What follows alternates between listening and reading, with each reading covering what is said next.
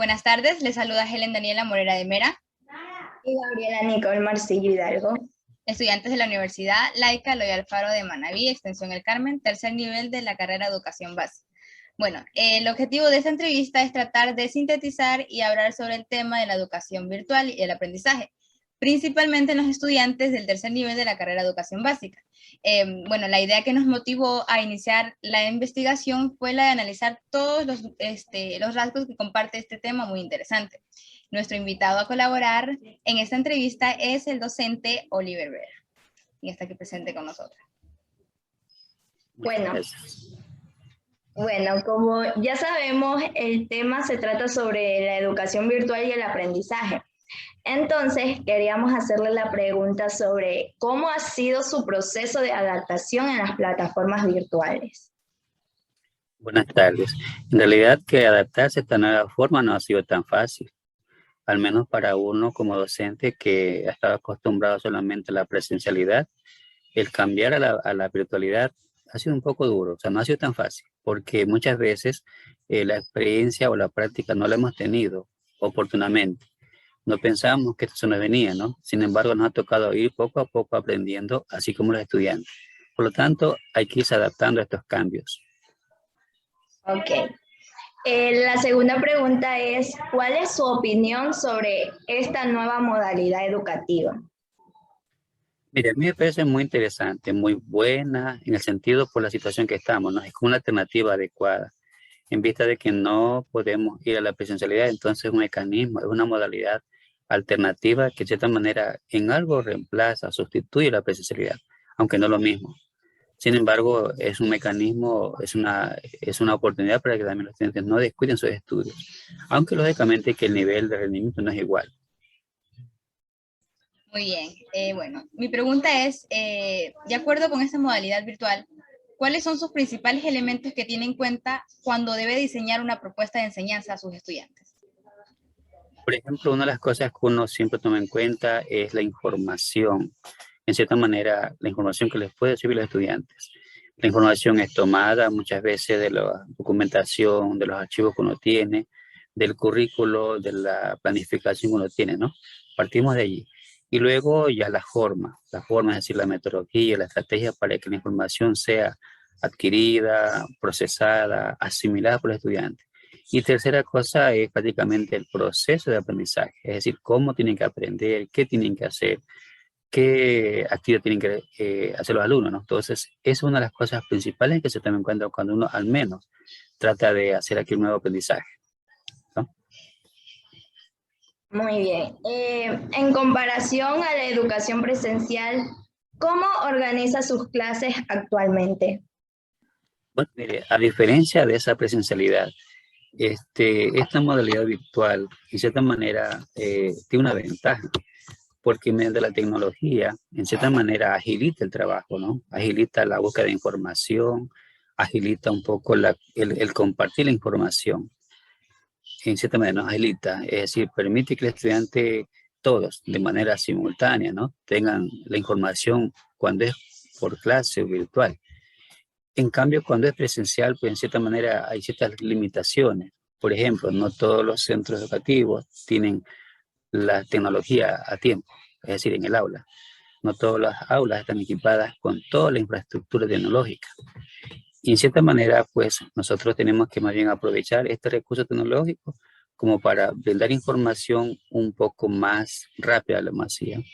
De manera que a veces los estudiantes pues también tienen esa facilidad de adquirirla, de hacerla para ellos, porque en cierta manera esta información es un referente, aunque se sabe que existe mucha información abierta que pues es ilimitada. Sin embargo, damos lo elemental, lo básico, de acuerdo a una programación que llevamos. Listo, muy bien. Hay ventajas y desventajas. ¿Nos podría explicar cuál es la diferencia entre la enseñanza actual y la enseñanza antigua? Una pequeña diferencia. Bueno, mire, la enseñanza actual, en cierta manera, ustedes no conocen que debe conocer que la didáctica o la pedagogía tradicional o la antigua, ¿no? Tenía muchas limitaciones.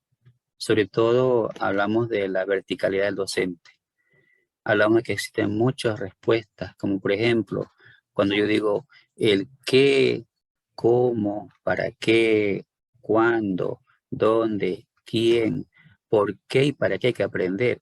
Eso es diferente, porque estas preguntas responden a la didáctica que el maestro emplea. Por ejemplo, la tradicional está centrada más que todo en la enseñanza, ¿no? El docente va a enseñar.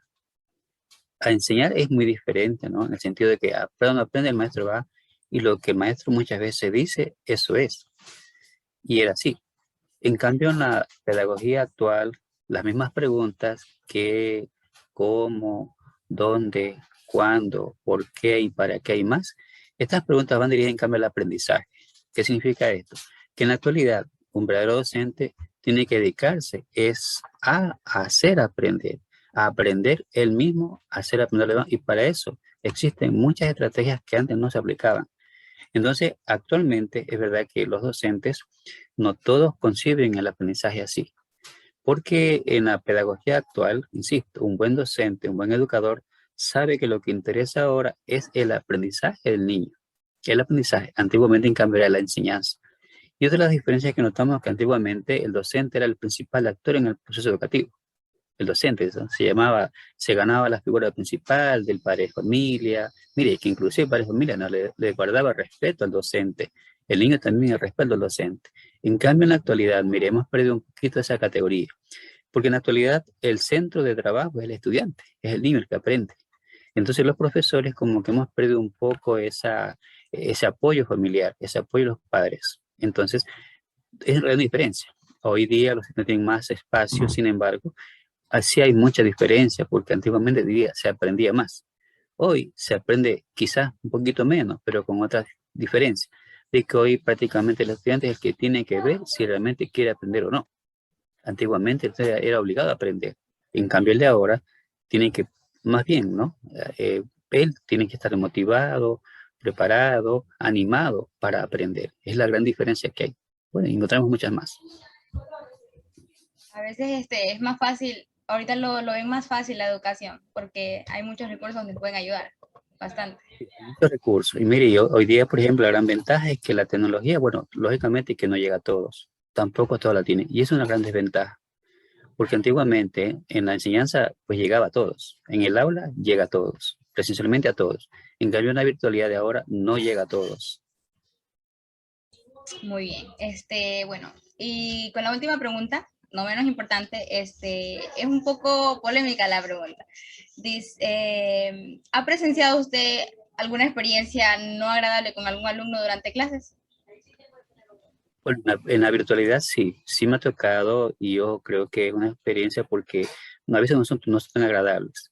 Voy a poner algunos ejemplos que puede que me haya pasado a mí mismo. Por ejemplo, se escuchan muchos ruidos, ¿no? No adecuados, palabras no adecuadas, quizá a veces un descuido, ¿no? En este caso, uno pues el micrófono abierto sin darse cuenta, pues en el entorno se escuchan cosas que no son adecuadas. Lo mismo pasa con los estudiantes. Y mire, recientemente me pasó una cosa muy desagradable, un estudiante que deja el micrófono prendido o abierto y se escuchaban unas palabras muy groseras en la familia.